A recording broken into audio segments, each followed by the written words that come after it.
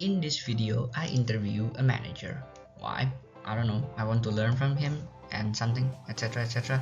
Well, basically, I interview a manager in a big corporation and I'm making this video to make sure you guys learn as well.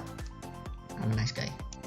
So, a brief introduction is this is Eric Kustaman, my uncle, and he will be my informant.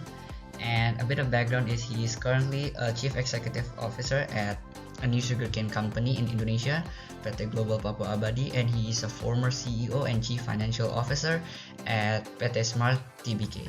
Fuyo! Of course, introduction. Hello, my name is Nicholas Evan Wijaya. My student ID is 3601 3609. So let's get started.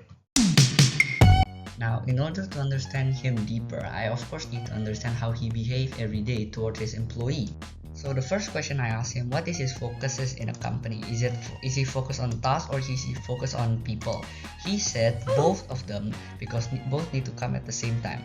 Based on this analogy that he gave me, are you going to put concern on the egg or the chicken? There is no chicken if there is no egg. There is no egg if there is no chicken.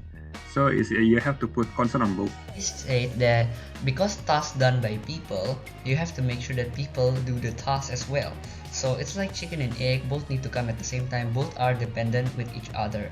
So because the task needs to be done, he focused on the task, but he also focused on people because they need to grow motivation and etc. So you need to mentor, giving supervising them, etc. to make sure both come quite well with each other. Nice. Thing I ask is how he motivate other, because we work with different motivations. Some work with money, some work because of challenges, trust, respect, and this is what he do to motivate other. So first thing first is being you need to develop a transparent system, unlike Indonesian government, even though he work in Indonesia. Second thing is he implement reward and punishment, as he said. In every company, you have a reward and punishment system. There should be. It's like an elementary school. Like if you get a good grade, you probably get a candy. If you do bad grade, you probably get attention. It's like a reward and punishment system. And finally, you treat them fairly. Like for an example, this. You have to water 2 hectares a day. If you do more than 2 hectares a day, I will pay you $1 every hectare. And what he said is, after he promised them, he actually pay me the amount, unlike the 1800. Yeah, you don't get free labor anymore. So basically you implement a clear goal in everybody's mind to make sure that they know what is their task, and because the system is transparent, they know what they are working for, so they are more motivated to work. So the next thing I asked is what is his leadership style. She said it's a combination between these three, which is depending on the situation and condition. Sometimes he has to be very directive and authoritative when he's saying the order of the task. Sometimes he has to be democratic and participative. Participative, yes, but not democratic. In the company, there cannot be any democracy. I'm sorry, participative. So he did listen, but only when we are solving problems or having an issue or anything else besides when making decision. Yes, we listen to other people's opinions, but decision is clear.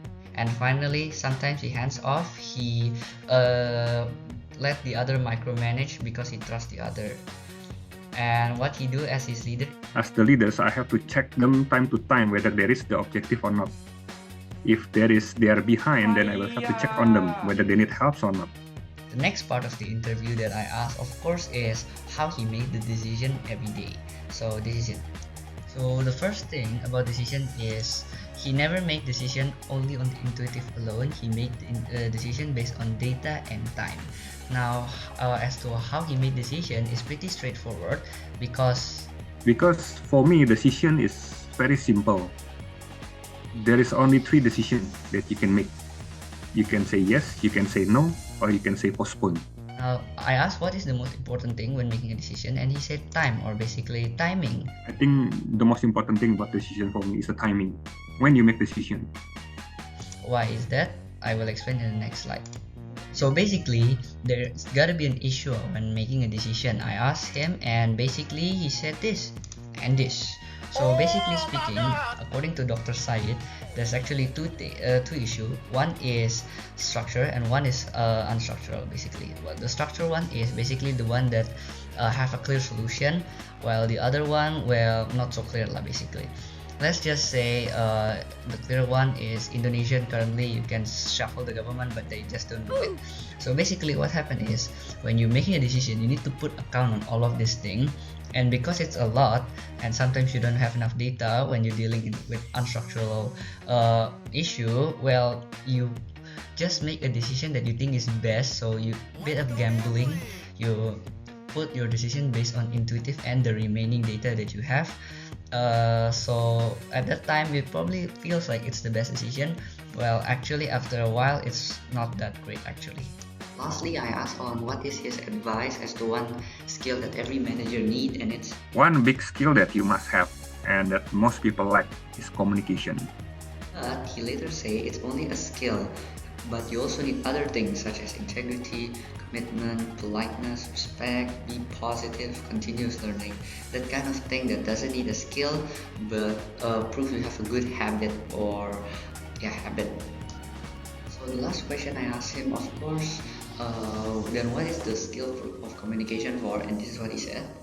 At the beginning, when you start a job, yes, you need a skill. Then after you are in the leading position, you use people with skill, but you have to show your leadership by example. And that is also one of the things that I learned, because you don't actually need a skill to be successful. You just need have a good attitude toward everybody. Thank you all for listening. Hopefully this helped, and of course, tune in for the next one. And there is no right or wrong decision. There's only best decision. The reference slide if you want. Thank you so much for watching. Goodbye.